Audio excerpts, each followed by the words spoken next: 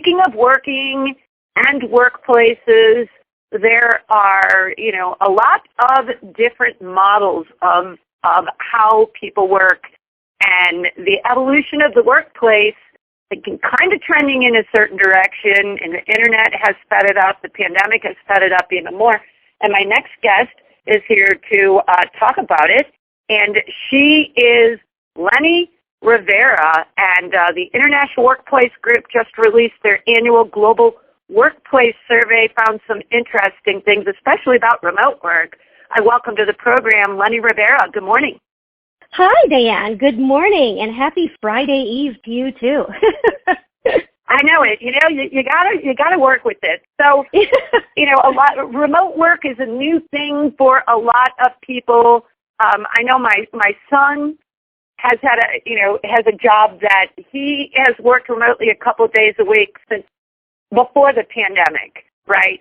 Now a lot of people have, and are we sort of late in the United States to this train of remote work?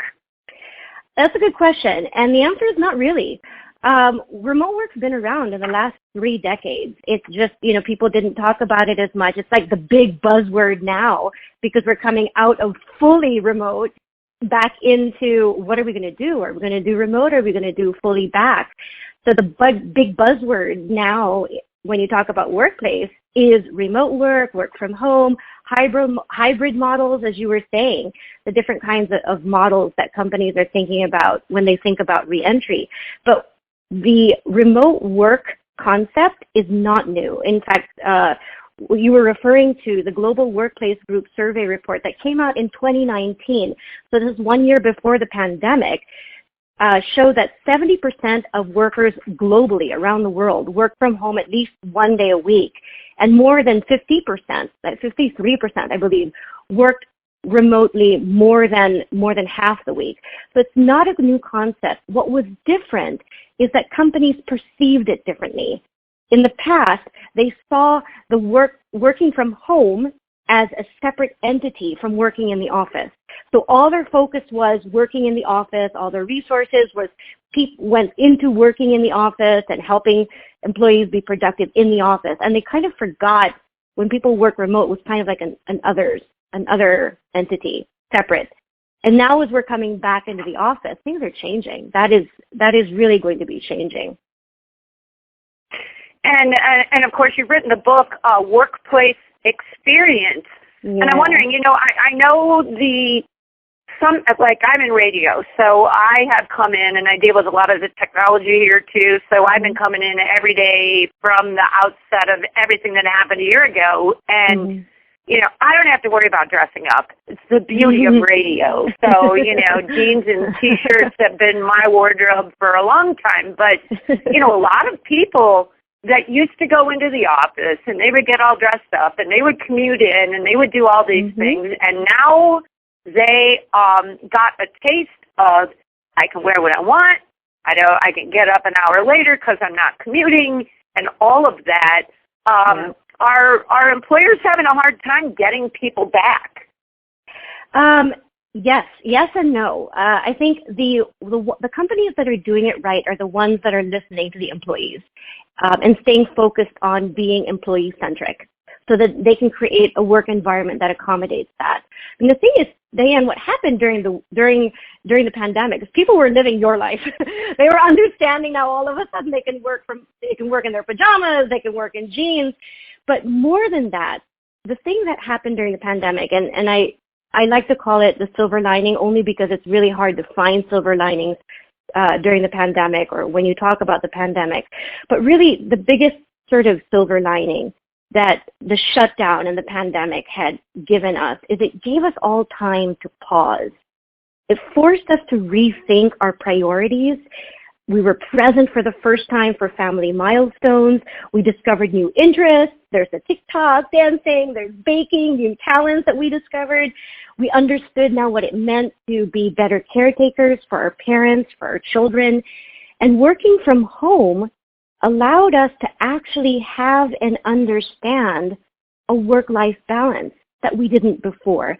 That even people who work remotely before didn't get that because it wasn't the whole world or the whole America or your whole company that was doing the same thing.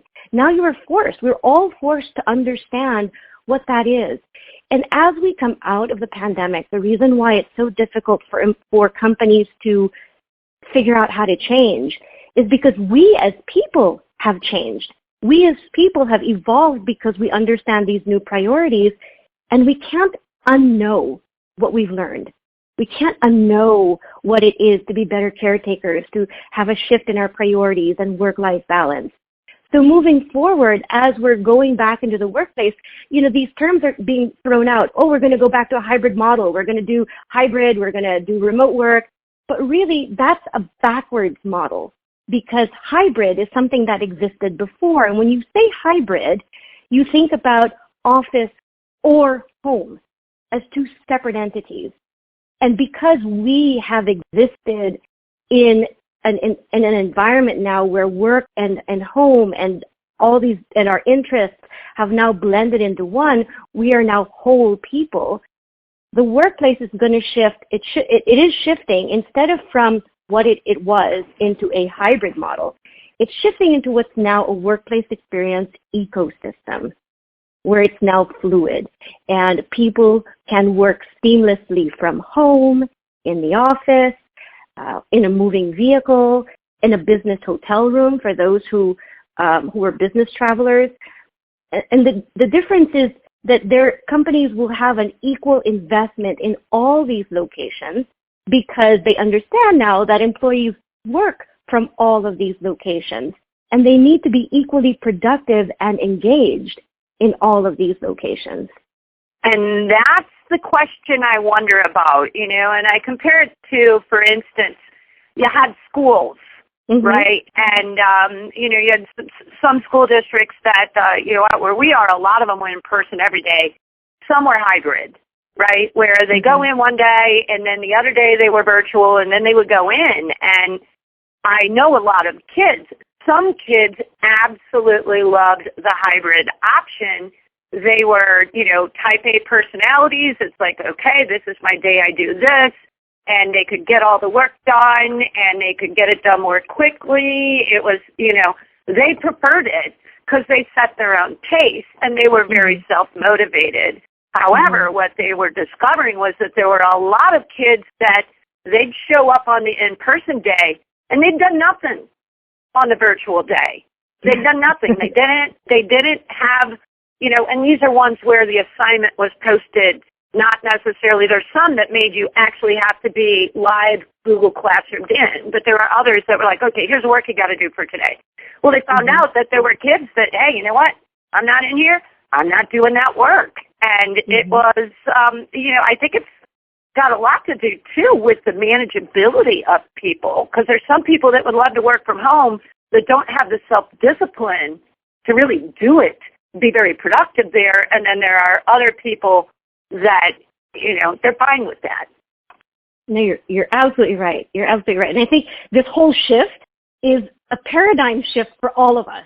Whoa, wait. I mean, for the first time, you're right. Like kids had to do this whole work at home or school at home, and that was kind of, it threw everybody for a loop. And you're right, and I want to make sure to clarify that when I talk about returning to work, it really is a very limited scope because 80% of the workforce are really what we call deskless workforce, which I talk about in my book. And the deskless workforce includes education, hospitality, retail, manufacturing, agriculture, transportation. There's a huge workforce out there that really can't do this work from home or remote work kind of thing. It doesn't work for everybody.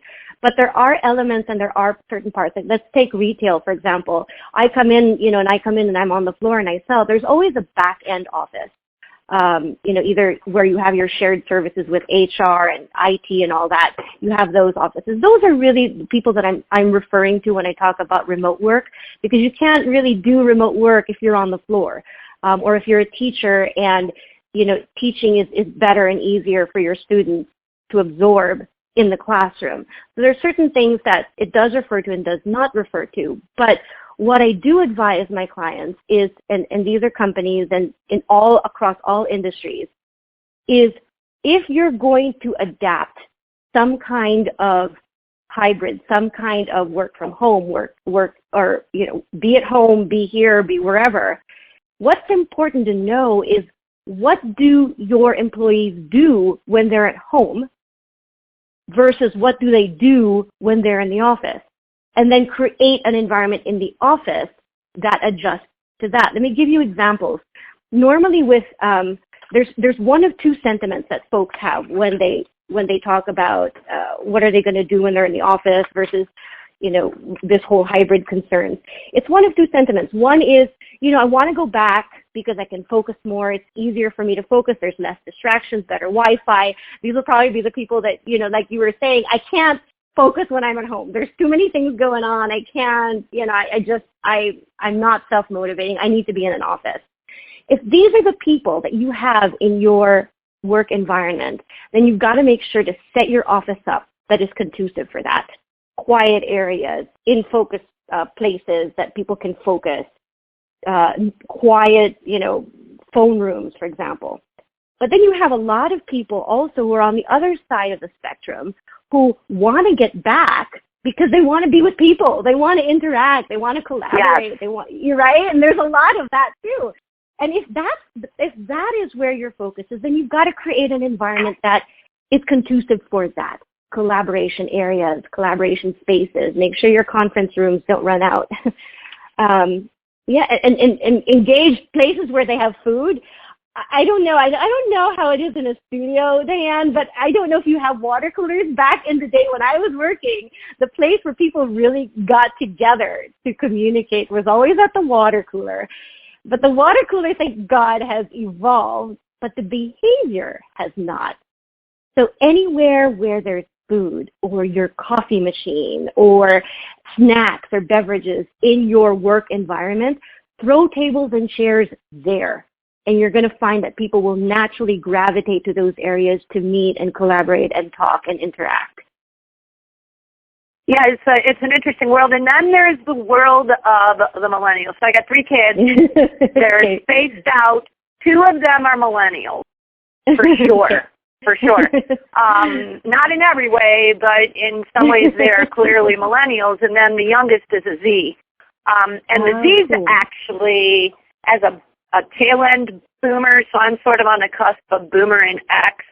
Mm-hmm. I have more in common with the Z in a lot of areas than the millennials. And I remember there was a Monopoly game that came out, and it was sort of like, we have all our things, the things you just kind of threw out as tidbits on the radio for fun. And one of them was a new millennial Monopoly game. And I'm not kidding. They really did this. And they got rid of the hotels, and they got rid of the houses, and they got rid of the paydays, and it was all life experiences. So I am mocking this. I know it. I was mocking that with my millennial daughter, who was like, "What's wrong with that? What's wrong with that? Sounds great." And I'm like, "Are you kidding me? No, it's hotels. It's payday. But what it takes to lure a millennial worker, what they value is different than what boomers valued, for sure. And it's different even than what Gen Xers valued. You have these millennials now, they're motivated by things beyond money. And I'm wondering, as people are going out there and they're trying to find good people, which right now, when the government pays people not to work, it gets even harder to find people. What are people doing to be able to attract the millennials? And also, is there a difference in how you do that between them and this latest crop coming up, the Zs? That is a great question, and I love it because it's a fun question.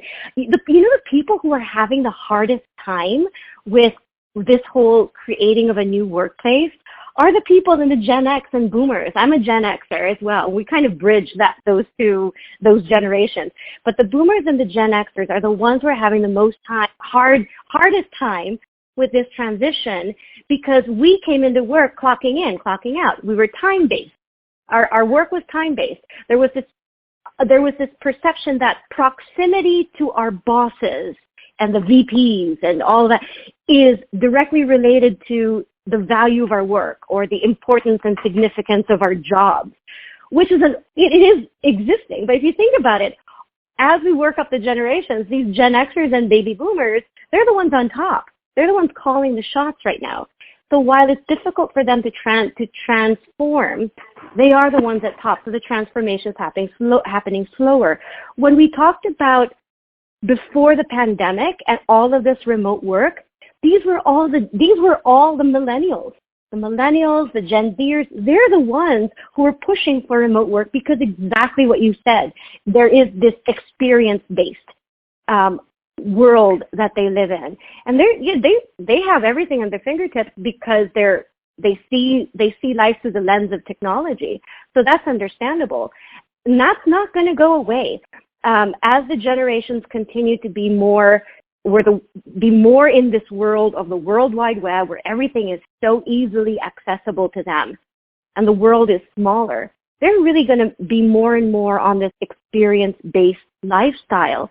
And that needs to translate into the workplace. And I'm hoping that because of this whole grand shakeup that the pandemic has caused all the work environments, that it's going to start to accommodate that. Because I think that's what happened to us, the Gen Xers and the baby boomers. We now all of a sudden understand what it is to live an experience-based life, where we're, our work hours were not 8 hours. I was one of those freak moms that graduated from college, went and got a professional job right out of the gate, and then ended up having a baby earlier than I thought that I would, and finding out that I couldn't go back. And so what I did, I didn't not work. I didn't not make money, but everything I did was already home-based. I did contract work. I did something where I could control what I did. I could control my hours, and I could balance my life, and I gave up money for it. You better believe that. But I was also able to be around more for the kids. So, what's happening now is it seems to me that the workplace culture is beginning to recognize that, and I think it's a long time in coming, honestly. I think one of the reasons that the Zs and the Millennials like it is because they're more likely to have little kids running around. I'm beyond that, right? But if you've got young kids, you got to be thinking, man, this is the best thing since sliced bread. Even the time that you save not commuting is more time with family, and I know that's what I wanted. And, I mean, honestly, I was like the circus freak of my college class, but I did it anyway because I didn't really care what people thought. But it is good to know that, and now it sounds like your book is a great thing, especially for, all the people out there trying to figure out the workplace, trying to figure out where they fit, where their kids fit, where their employees fit. And the name of the book, of course, Workplace Experience. And the author I've been speaking with is Leni Rivera. Leni, where can people find this book? They can come to me. It's available on Amazon. Excuse me. So anywhere on Amazon, if you just go on Amazon, you'll find the book there. It's available as an ebook as well as a hard book. And I do have a website. It's www.workplaceexperience.net, and experience is spelled with an X. So it's workplaceexperience.net. And I'm a workplace experience specialist and author, and I'm a consultant for companies to help them navigate through these crazy times and create workplace experience strategies to enable employees like all of us